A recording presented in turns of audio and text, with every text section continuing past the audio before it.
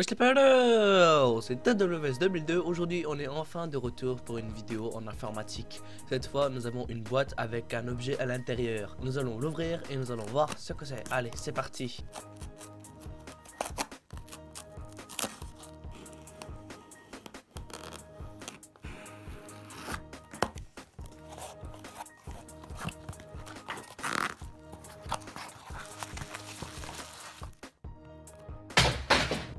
Alors, waouh, ça fait énormément de bulles pour un truc. Alors, nous allons enlever toute cette bulle et nous allons voir tout ce qu'il y a à l'intérieur. Oh, il y a un disque dur, c'est un WD Black. WD pour Western Digital, pour ceux qui ne savent pas. C'est de la bonne marque en plus, moi je fais confiance à cette marque. Alors, je ne sais pas par contre c'est un combien de gigas ni un combien de tours minutes. Nous allons voir ça ensemble tout à l'heure. Mais j'espère que c'est quand même une bonne qualité, parce que sinon je vais être déçu.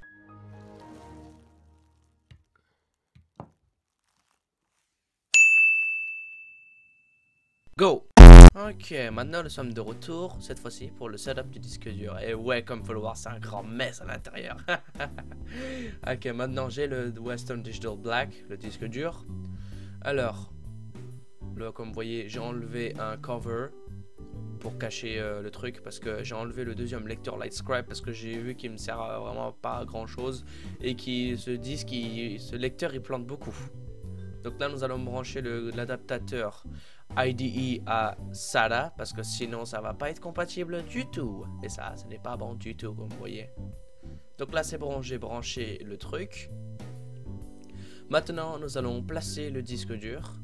Là-haut, là il y a l'endroit vide.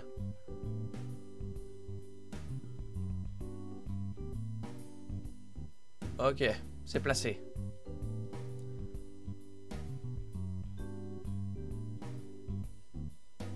Maintenant nous allons brancher le câble d'alimentation du disque dur ou le power. Déjà nous devons brancher le SATA parce qu'il y en a un qui n'est pas branché. Vous inquiétez pas, regardez, j'ai le câble SATA data donc pour les données juste devant vous là. Par contre vous pouvez pas voir comment je branche.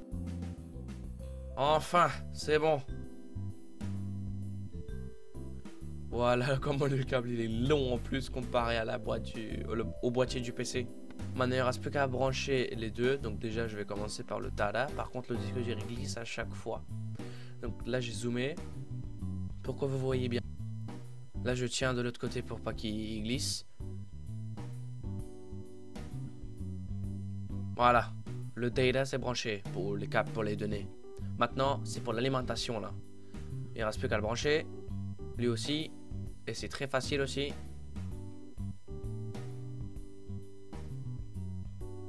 That's it. Par contre là c'est encore plus un grand mess. Ah,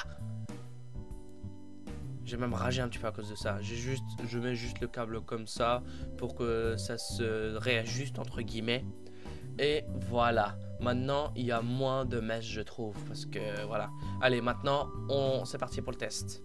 Ok, maintenant j'ai tout configuré. Donc maintenant nous allons allumer le PC pour la première fois avec ce disque dur et...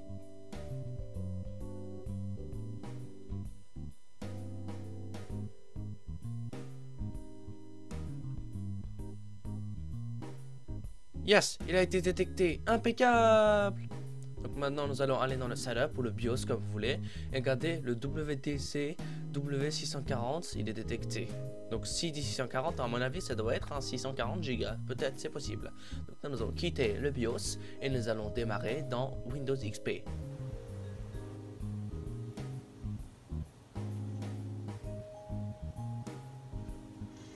Et voici le bruit de mon enfance qui est le démarrage de Windows XP.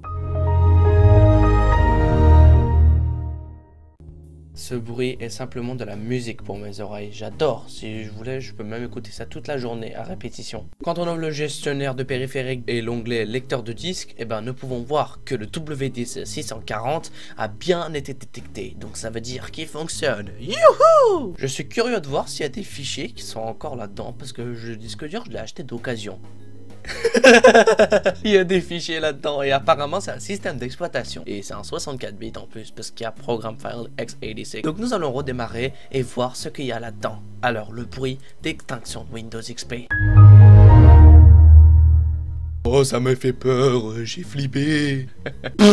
Il y avait Windows 10 installé là-dessus, mais je savais pas, tiens.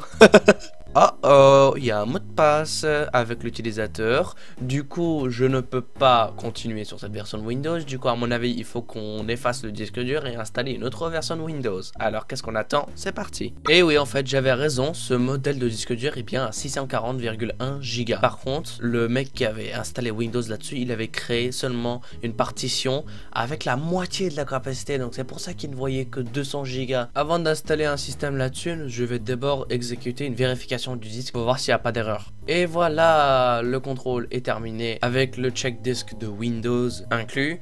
Maintenant, nous allons faire ça avec un programme appelé check disk et nous allons voir s'il y a d'autres erreurs. Impeccable, il a fini la vérification sans trouver de problème. Yeah! En plus, il a fait toutes les 5 étapes entièrement. Maintenant, nous allons voir si on va vérifier s'il est défectueux.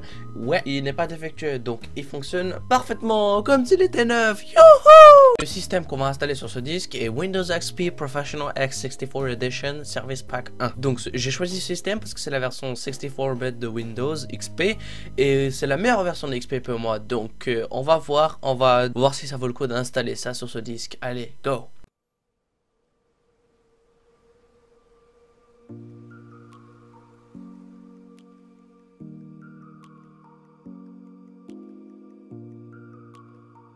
Non mais regardez-moi ça, la partie non utilisée de 380 Go. Non mais, ça fait plus de la moitié du disque dur. Donc on va supprimer les parties qui sont déjà utilisées.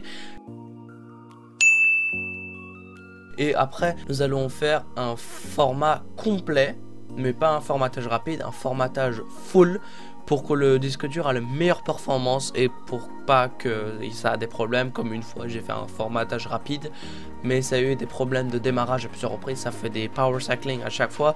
Donc je vais faire un full format et on se retrouve juste après le format. Allez, à tout à l'heure.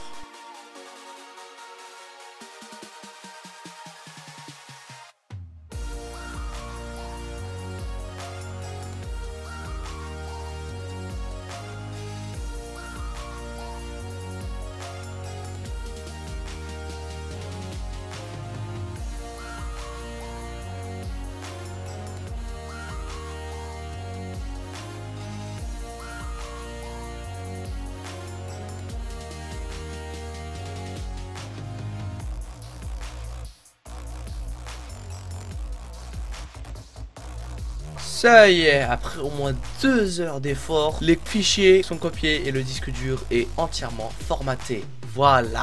Donc maintenant, le système va faire un redémarrage, il va démarrer depuis le disque lui-même et on va continuer l'installation de Windows. C'est bon, on est dans l'installation de Windows. Maintenant, je vais me mettre en clavier français et en région France, tout en français parce que mon clavier est tout centre français et je suis en français.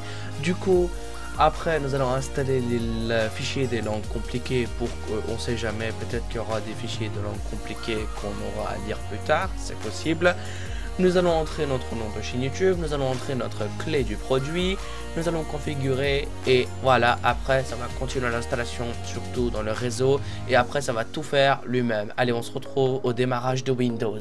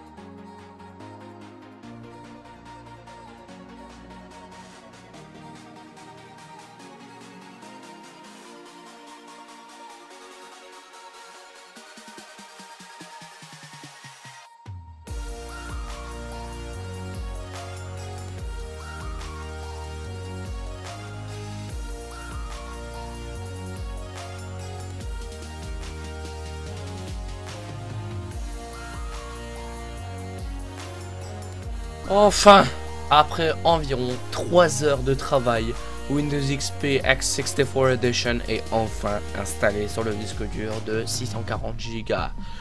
Donc nous allons installer tous les drivers, par exemple carte graphique, son et tout. Et nous allons voir après comment ça fonctionne. Parce que moi je veux que Windows fonctionne avec des drivers. Parce que sinon ça va être moche, vous êtes d'accord avec moi?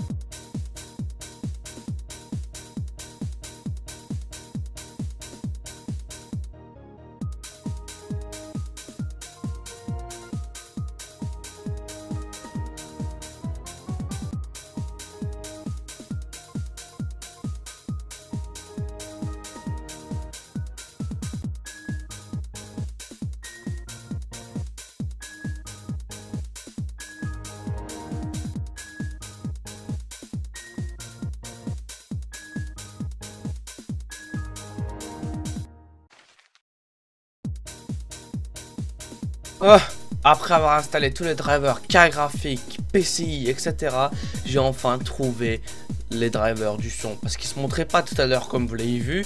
Maintenant ils se montraient en AMD HD Rear Audio Output. Parce que c'est en HDMI. Parce que la carte graphique se connecte à mon écran via HDMI. Et du coup, le driver pour le son HDMI c'est enfin installé. Maintenant il peut jouer du son tranquille, magnifiquement.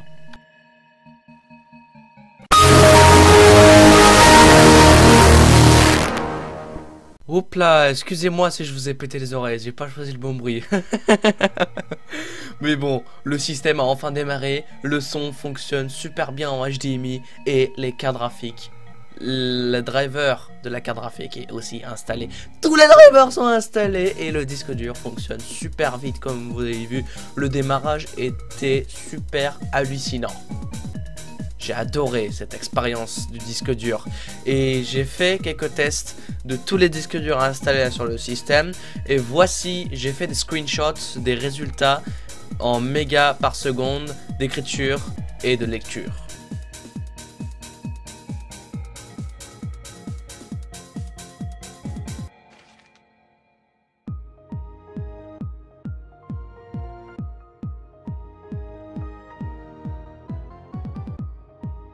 Et on est enfin arrivé à la fin de cette vidéo. J'espère que mes tutos informatiques et autres vidéos vous plaisent, car moi je suis quand même assez bon en informatique. Je peux vous faire beaucoup de tutos si vous me requestez. Vous pouvez me requester beaucoup de contenu en commentaire, ça je vais beaucoup apprécier, vous voyez. Donc merci énormément d'avoir regardé. Je vous retrouve plus tard dans une autre vidéo. Au revoir tout le monde, prenez bien soin de vous et de vos proches. Ciao.